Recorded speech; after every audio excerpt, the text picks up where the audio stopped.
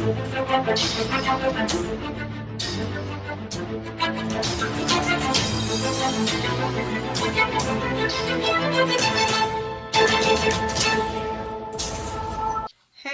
and welcome to another edition of Monday Motivation with Bukola. It's a show about inspiration, women empowerment, beauty, business, money, culture, entertainment, and advocacy. And I am your fabulous host today, Bukola Oriola. And today I bring you another fabulous author from Lipstick, Lip Balm and Literacy virtual book reading series on Facebook. And my guest is not new to you. She is a celebrity guest, and she is none other than Deborah Sawyerr of Sawyer's House. She is the author of Play Your Cards Right. She came to talk about Play Your Cards Right on the show and the importance of teaching kids about money and being wise financially from cradle. And of course, you know how we roll on the show. We start with a motivational quote. And that brings me to the motivational quote of today. Mistakes are portals of discovery. Interesting. Mistakes are portals of discovery. And this quote is by James Joy, and it's a quote published by values.com. Mistakes are portals of discovery. Have you had any mistake before? Have you made any mistake, done any mistake? And in the process of your mistake, you find out new knowledge. You learn new things. So basically, mistakes teaches us something.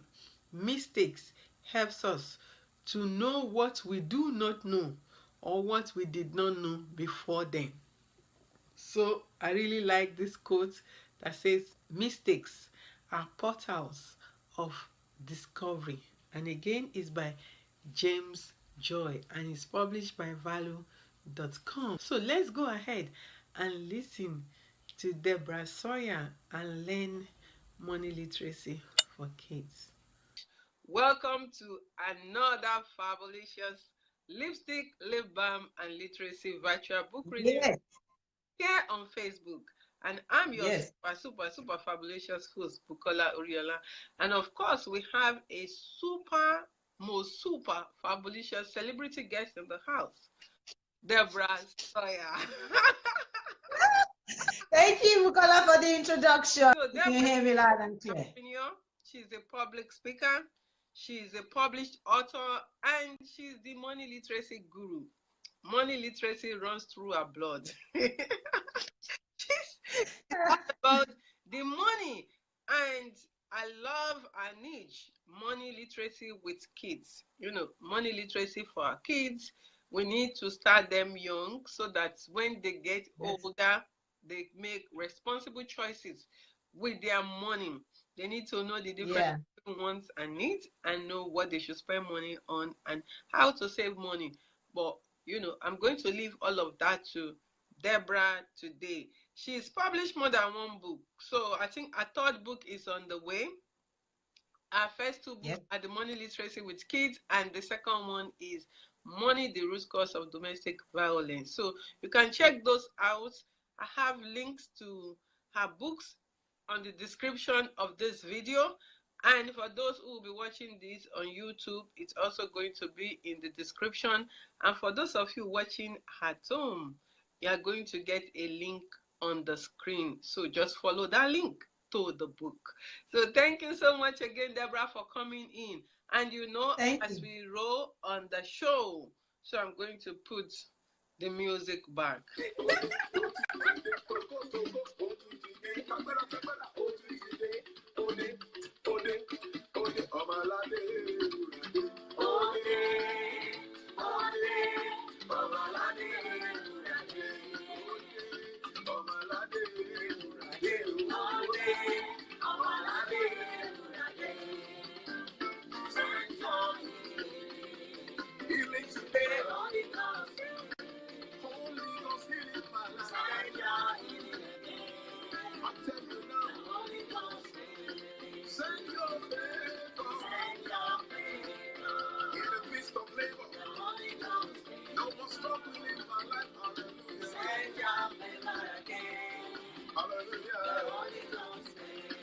Send your healing. Send your healing today. Today. Holy Ghost. Not tomorrow. Hallelujah. Send your healing again. In my life, you know. Holy Ghost. Hey. Oh, what you doing? Oh, what you doing? I love that. You're beating me today. You got your work giddy gone today. That's right. I came with my dancing shoes. Beat me hands down. 1-0. But the match is still on.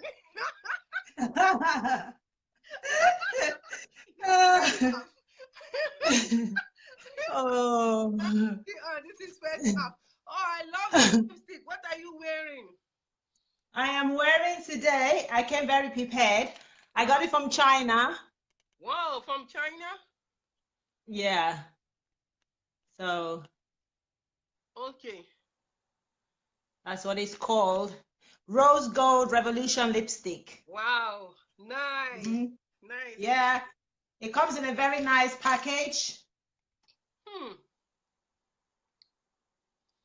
Whoa. Love it. Yeah. And those are the makers. Wow. Love it. Okay. Love it. It's so nice. Thank you. I'm going to have to take that name to put it in to update it. No worries. Yes. And you know me, I don't wear one. Oh, be gone. See, I'm not wearing one. I'm wearing Wet and Wild. I think Wet and Wild. For Wet and Wild. And this is the color is 503C. Okay, Wet and Wild. I love Wet and Wild. Yes, 503C. And the second one. And on the outside. Mabelline, New York. Mabelline, yes. 850, and it's called Midnight Blue. Oh. Yeah. It's called Midnight Blue. Oh. Yeah. Nice. That's what I'm wearing today. So I kind of like. Very nice. Ombre. Ombre. Yes, I do that. I wear 3 sometimes. So it just depends how I'm feeling. So thank you so much for coming on the show. So thank you all so much for joining us. And Deborah is the money literacy guru. She's going to be talking to us about money literacy. And we've heard her talk here about the domestic violence and money and how to protect yourselves financially when you find yourself in a domestic violence relationship, and how you can get into safety without being tied down because of money. But today, she's coming to talk to us about something slightly different. So now it's not about domestic violence, but children, money literacy, and kids. And her book, Play Your Cards Right. So Deborah, go. Tell us about Play Your Cards Right and why the focus on children. Okay, so Play Your Cards Right is a thank you, Bukola, so much for having me on the show. I want to say thank you so much for having me, allowing me to sweat it out, do a bit of a dancing exercise. I know, I won and I'm waiting for round 2. So I've got my heels on right now. Anyway, so in terms of Play Your Cards Right and why money literacy for kids, I know that as a child, I didn't get enough education as far as money goes, as far as money literacy is concerned. I know I didn't get enough, even though I got some, but I knew something was missing.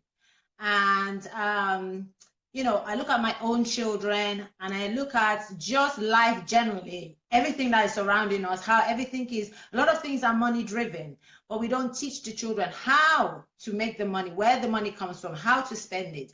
So that's really what spurred me on with the help of my 2 daughters who are 13 and 11. I said, look, Mommy's going to do something relating to money for kids. What do you think? And they came up with the name for me. So here we are. Wow. The kids came up with the name. Yes. How did they come about that name? Is it something that they are used to as kids, or like a name that is used among kids a lot, or a name that is part of their kids' games? Play your cards right is a phrase that is used all over the world, really. It's a saying where they say play your cards right, meaning, do what you know is right for you, and don't play somebody else's cards. Like when you're playing cards, you have to play your own card, and you don't keep peeping at somebody else's card, mind your own business. So Yes. play your cards right, really. There's a program in the UK called Play Your Cards Right. It's all over the place. So I asked the kids, what do you think? What is it that you could do and sit down together with your family and do over long periods, hours during the day, play your cards. So we said, play your cards right. Because families play cards quite a lot. So Wow. that's really how it came about. Something came to my mind about kids asking about credit cards. Okay. Even though they don't they can't spend credit card, but they come to ask you about credit cards. And Okay. also that's even like young kids now, Yeah. like elementary school kids. What would Yeah. you advise parents to do, or how would you say a parent should advise the kid at that age about credit cards in countries where credit cards seem to be the purchasing power, so to speak, where you are told you cannot do anything without credit, where you can't even rent an apartment if you don't have certain number of credit score. So now you have kids at elementary school asking you about credit cards. What would you advise? What would be your advice to parents on how to discuss this with kids in an educative way? Okay. It's a great question. It's a great question, Bukola, and it's not uncommon in the Western world. Even my own children, as much as they know, when I go to buy things in the shop with my card, they'll say, "Oh, mom, you're paying with your credit card." I says, "No, I'm not paying with my credit card. Not everything is about credit card. I'm spending my own money." So I would say that, when a child comes to you talking about credit cards, what do they even understand credit card is about? What do they know it means? Do they even know what money means? Do they know how we get money? Do they know how to spend money? Do they know the difference between the things they need and want in life for them to even be talking about credit card, which is so high up? Even us adults where we are, we don't understand credit cards fully. How can we expect a small child to understand it? So it's not about teaching the child to understand the ins and outs of credit card at that age. They just don't need to know about it at that age, not yet. And if you must teach them, you must teach them about the positives and the negatives of credit card. And I personally would move towards the angle of teaching children to spend what they have. Spend what you have, learn to spend what you have. Yes, we need credit scores to buy properties and rent, but why should we all depend on credit score? I mean, if you really bring someone up and you say, hey, credit score does not exist at all, just imagine it doesn't exist, and you have to work your way to get your own place without credit score, we will do it, won't we? So, it's just teaching them to understand the basics of money before you even progress into credit cards. Yeah, this credit score and credit issue and closing credit, because I have closed some of my own credits also with some balances, but I just close everything to zero. So not making purchases, I just paying off. However, there is the school of thought that says, Yeah. even when you pay off your credit, you shouldn't Yeah. close it. Yeah. Because creditors see you as a dead weight. Yeah. Meaning that they can't make money off of you, and because they can't make money off of you, they do not favor you even when you are trying to make certain purchases that you really need, like those needs, like house or even a car to be able to go from one place to the other. So what will be your own reaction to that school of thought? Okay, so let me understand what you mean. Are you, in terms of your question, are you referring to credit cards being one of those things that without it we can't survive? That's the school of thought. Is that what you're trying to say? Yes, that's the school of thought. Like without it, if you have credit and you pay it off, even let's say you have a credit, I have a credit and I pay my credit off, and after paying my credit off, I decided to close it. Yeah. You know, once I close it, after a while, there will be nothing Mhm. about me for the credit companies to pull. There will be no Yeah. information, no credit information, no history Yeah. about me for them to see that I'm somebody that they can lend money to make Yeah. a big purchase like buying a house. So Yeah. what would be your reaction to that? Well, I mean, if you close accounts down, it doesn't necessarily mean they won't see you. That's my understanding. It doesn't mean that they won't see you. They will see what you had previously. Okay, it's just that the account's being closed down, so no further action is going on. Basically, you just stop suddenly at somewhere. But I still stick with the school of thought that if we don't have something, if you don't give people options, there's nothing for them to go to. It's Mm. because we have all these options. That's why we lean on them. But if we think along the lines that there are no real options out there other than me working towards what I have, and I have to live within my means, then the credit score system will be relevant, the credit card system will be relevant. However, playing devil's advocate, there are people out there who just need it, and that is just a fact of life. They need it. Okay, so therefore, as long as credit cards are not the devil, they're not the worst thing that has been invented. As long as you understand the game of credit card and you are paying more than your minimum balance so that you're not giving your credit card company more money out of your pocket. So instead of paying that minimum and stretching it for 5 years when you can pay a bit more and only pay it in a year or 2 years, that's all you need. You just need to be clearing that credit card. There are people, even millionaires out there, who like to spend credit cards because it's one card they have to carry with them. They have to carry the card, they don't want the cash. But they have the cash there. So every time they use their credit card, they just transfer the whole balance and clear it off. It's just an easier, they just do it in one go. So there are people out there who do it. So yeah. And then another question with coming back to the children now. So Yeah. it's another school year. School year just Yeah. began. Some kids Yeah. school already. Some like this week now. This week that ended today is a week that credit card companies target our young kids, Yeah. freshmen in college, Yeah. because when they go to, they are brand new to the world, so to speak, and Yeah. oh, getting lost in the you know. so now is the time that credit card companies target college students. Yeah.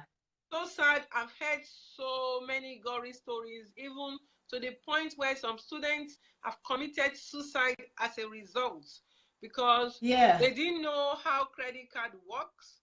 And because Yeah. they are students, the credit card companies come to them like, oh, they give them this money. The students don't know because they are still kids. They don't know there is a minimum they need to be paying every month. They don't know Yeah. they need to keep this credit up. They're just spending Mhm. and probably not even remembering that, oh, there is a deadline to make a payment Yeah. and all of that. And all of a sudden, they have this huge debt. And credit card Yeah. companies, they behave like villains. They just come after you. They will call you Yeah. at night, they will call you in the morning, they will call you, it's like every minute they are calling you if you miss. Exactly.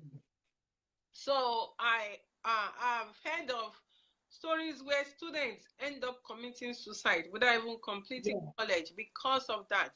What would be your advice to parents with college students, especially freshmen, and also to the students themselves who are freshmen? So if you're a freshman, open your ears now and listen. And if you know someone who is a freshman, or if you have a child who has just started college, because I see some people's post on Facebook, oh, my child is going off to college. Yay!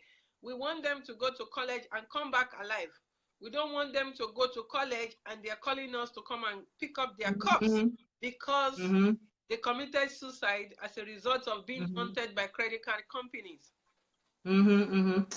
Yes, I mean, that's just a scary situation around the world, really, where debt is just causing so many problems, so many health problems, so many physical and psychological problems for, you know, all ages. But I guess students, you know, you can understand why, you know, they go that extra mile to want to commit suicide, because they got pressure of university already. They got peer pressure, they got pressure from every angle, and they're still kids. And they're being thrown into an adult world, plunged into an adult world very, very quickly.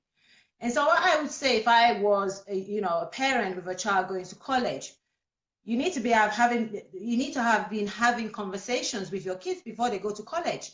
It's almost like when they go to elementary school, primary school, you do need to speak to them about certain things that they can do and they can't do.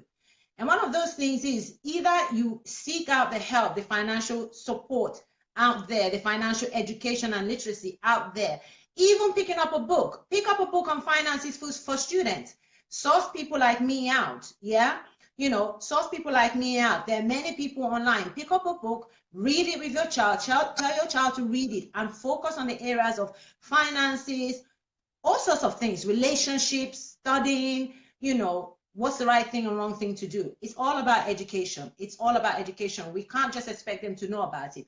I was talking to a woman a few months ago, and she said she works in a university in, I think, Atlanta.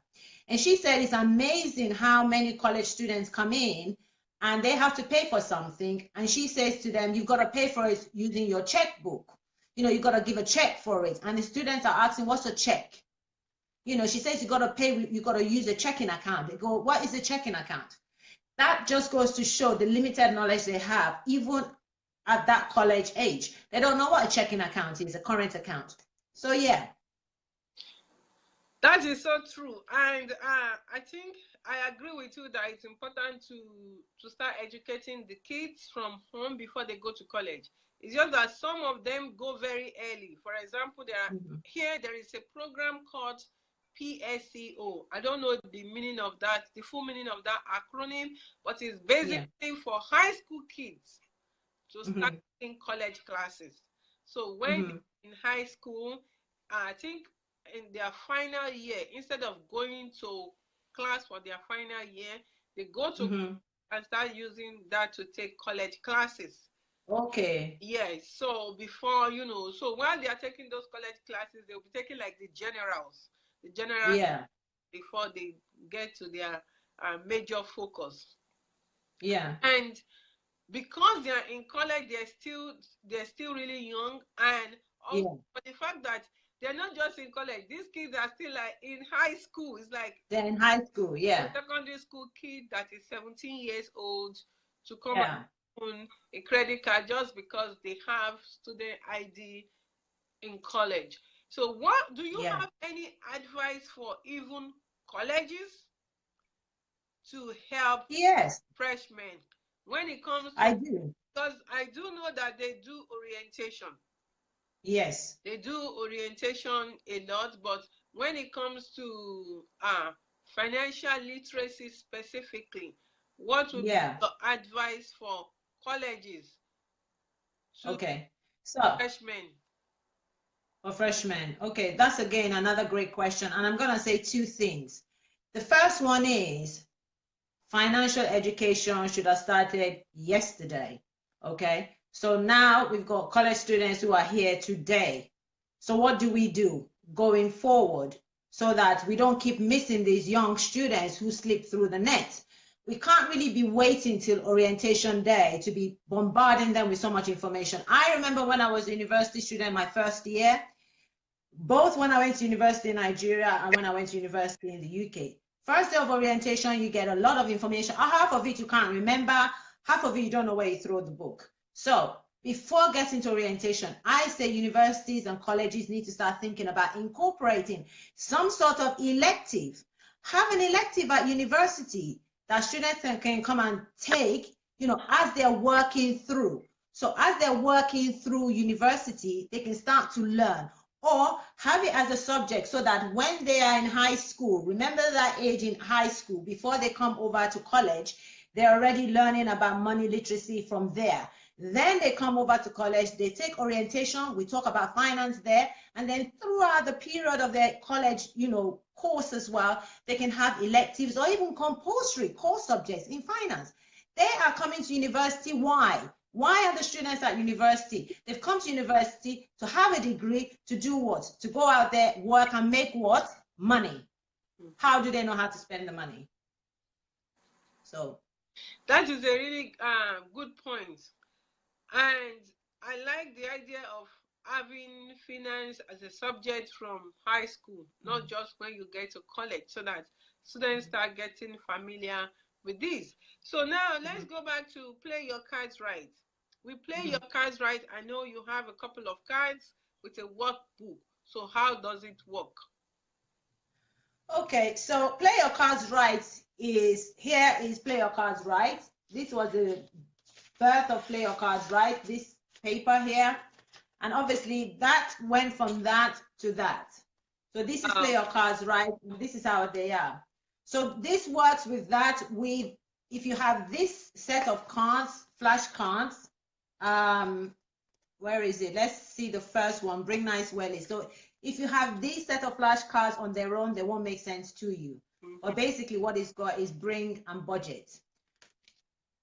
But the parent, the guardian, the teacher, the educator, the grandmother uses this in conjunction. Yeah, so it's got all the pages with work section in conjunction with the card to teach the child how to understand money. So it's got 6 sections in the book, which tallies with the 6 cards. Yeah, so as you're working through the cards, you work through the section. And the idea is that you do at least 1 section a week and repeat it over and over again. So let's take bring, for example. You said bring means budget. So basically, what do they do with that over the week? Okay, so over the week, they will go through the workbook. The adult will talk to them about what budget means. How do you budget? How they can have money to budget, because a lot of people might be thinking, well, how do you expect a child to budget if the child's not making money? Again, that's all discussed in the book, how a child will make money, and then how you work through, the budget for the child, what you need to spend on what. So basically, the bring or the B in bring stands for budget. So it's for them to help them to remember, something playful for them to remember, what the B stands for means budget, just putting your money aside. So the parent's job is to read through the book, first of all, and then with the child, and then work through the, the worksheet, make notes, scribble things down, and the rest of it. Yeah, you said kids don't make money. They do. Those kids, they make money because they just don't make money from working. They make their money other ways. Yeah, okay. They make money from gifts, from uncles, aunties, even friends, meaning friends of their parents, Yeah. They make money from their parents. Sometimes they can get on you for money, or you promise them something and you haven't. Oh, yeah. Oh, yeah. So I think I really like that idea of teaching them to budget. And I think somebody had said before about budgeting with zero amount of money. And I think what the person said was, okay, if you don't know how to budget with zero, how will you know how to budget with 1 million? So what is your own take on that? Oh, budget on zero. How do you budget zero? You can budget on zero. I don't know. Can you split zero? Is there anything below zero?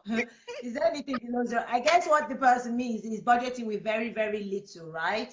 Is it budgeting with very, very little? Whatever you've got really coming in. I mean, everyone has some money coming in. The only ones that don't have some money coming in will be kids. If you don't have money coming in, you can't survive. You need to have something, whether it's low or high. But the principle of budgeting is very much the same. I've got this coming in, I've got X coming in, I've got minus Y going out equals, this is left over, this is what I've got to live on. That's my budget. It's that basic.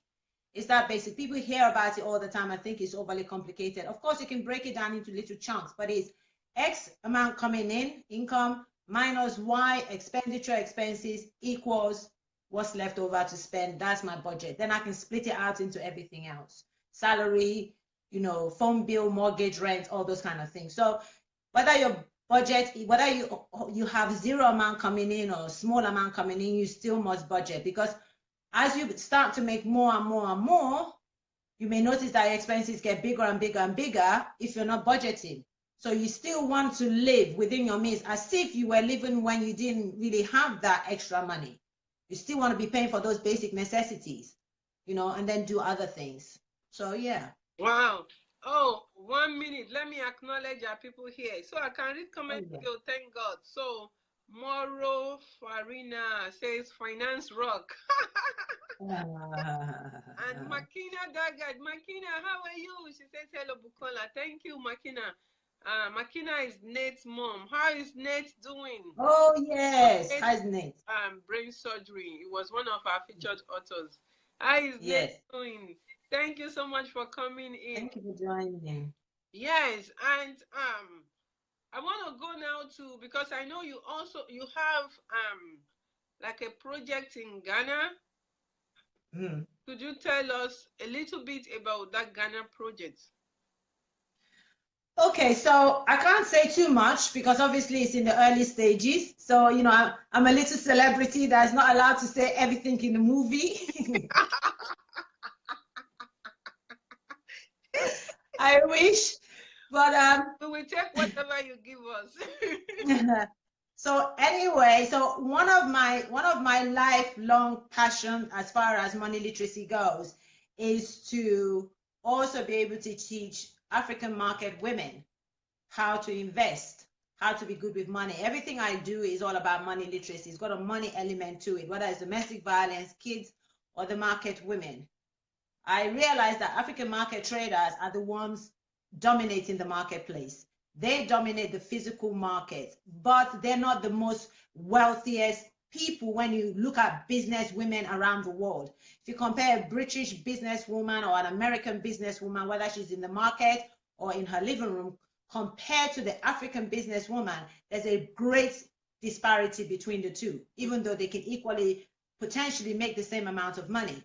So anyway, so my love for, you know, Ghana just seems to be one where I just have this soft spot for Ghana, and I have a lot of people around me who love Ghana too, and I just fell in love with Ghana and the rest of Africa too. Nigeria, where I come from, we are gonna get there at some point. So the whole idea is to teach these market women about money literacy. There's an area in Ghana that hopefully would need my help if I work with the women, and then we can bring their kids in as well. Oh, nice. I like the idea of money literacy for the market women, which is true because some of them don't even have bank accounts. They carry cash on their bodies all the time and carry cash in bags, and you know they put cash at home. Meanwhile, if the house burns down, all that money is gone. That's right. Thank you. Right. That is really, really good. I like that idea of helping the market women to understand money. So thank you so much for coming on the show today. Thank you. Really nice having you on again. And thank you. I said, oh, Nate is doing awesome. Thank God. Hey, great. Give him our love. Yes, Nate, we love you and we pray that you continue to be strong and recover. Yes. So thank you. And those of you who have been watching live, thank you for joining. If you want to be featured on the show as an author, please contact me. Contact me by email. You can contact me on Messenger. Contact me by email, info@bukolaoriola.com if you want to be a featured author. And if you know an author that you would like to be featured, refer them to me. Plus, right now, the schedule is going off the roof. I have authors scheduled until June 2018. So, you know, it's filling up really quickly. So contact me to see if I have something open sometimes there could be cancellation and you could use that spot. So please contact Yeah. if you want to be featured on the show. Thank you so much again for joining us today. Thank God you. bless you. Thank you so much, our fabulous author, Deborah, for coming Thank on the you. show. Thank you so much. And I have the info there on the description, and it will also be the same on YouTube. So please go and get those books that Deborah had talked about. And for those on TV, like I said, it's going to be on the screen for you to see and go to the link. So, Deborah, are you ready Yes. for the second half? I am ready. I am ready, Mama. I am ready.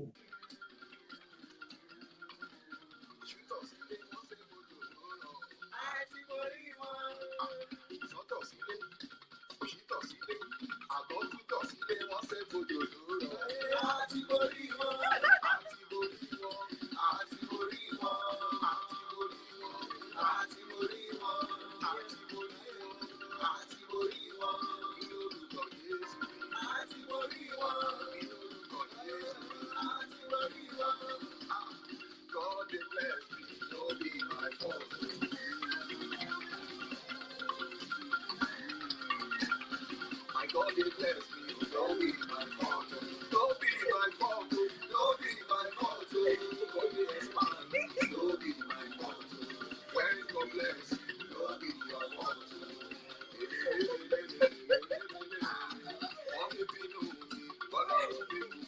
Okay, I'm in trouble today. Don't be your fault, don't be your fault.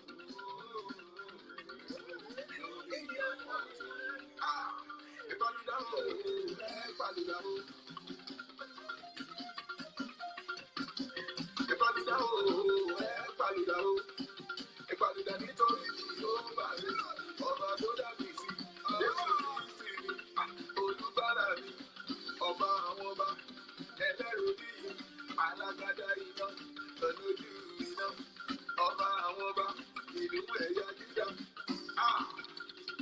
Don't be no me. They just you to bless me. Ọ̀tá don't be no me. Mo ti tọ̀ mọ́lẹ̀ sáyé mi. Ibi tó bá tọ̀ sí o.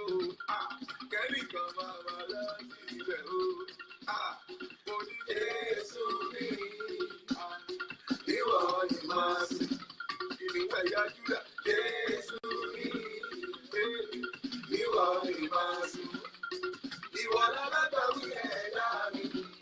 Ó ti kó sẹ́túmẹ̀tì wáyé mi o. Jésù mi ọba. Ìwọ ni màá sìn. Ìlú ẹ̀yà Júdà.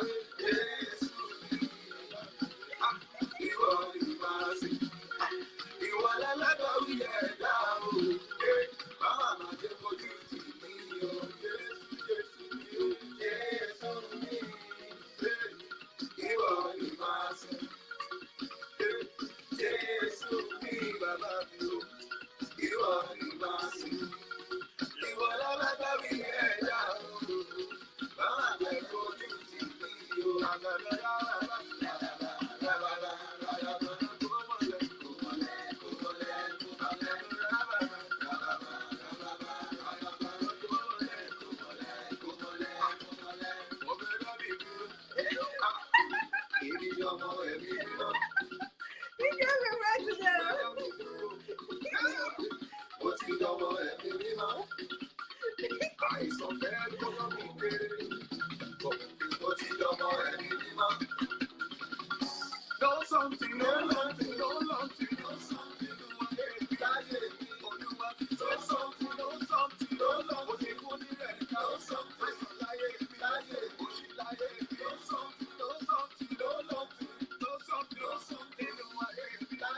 Wow. Yay! Wow. Thank How did you you. do that?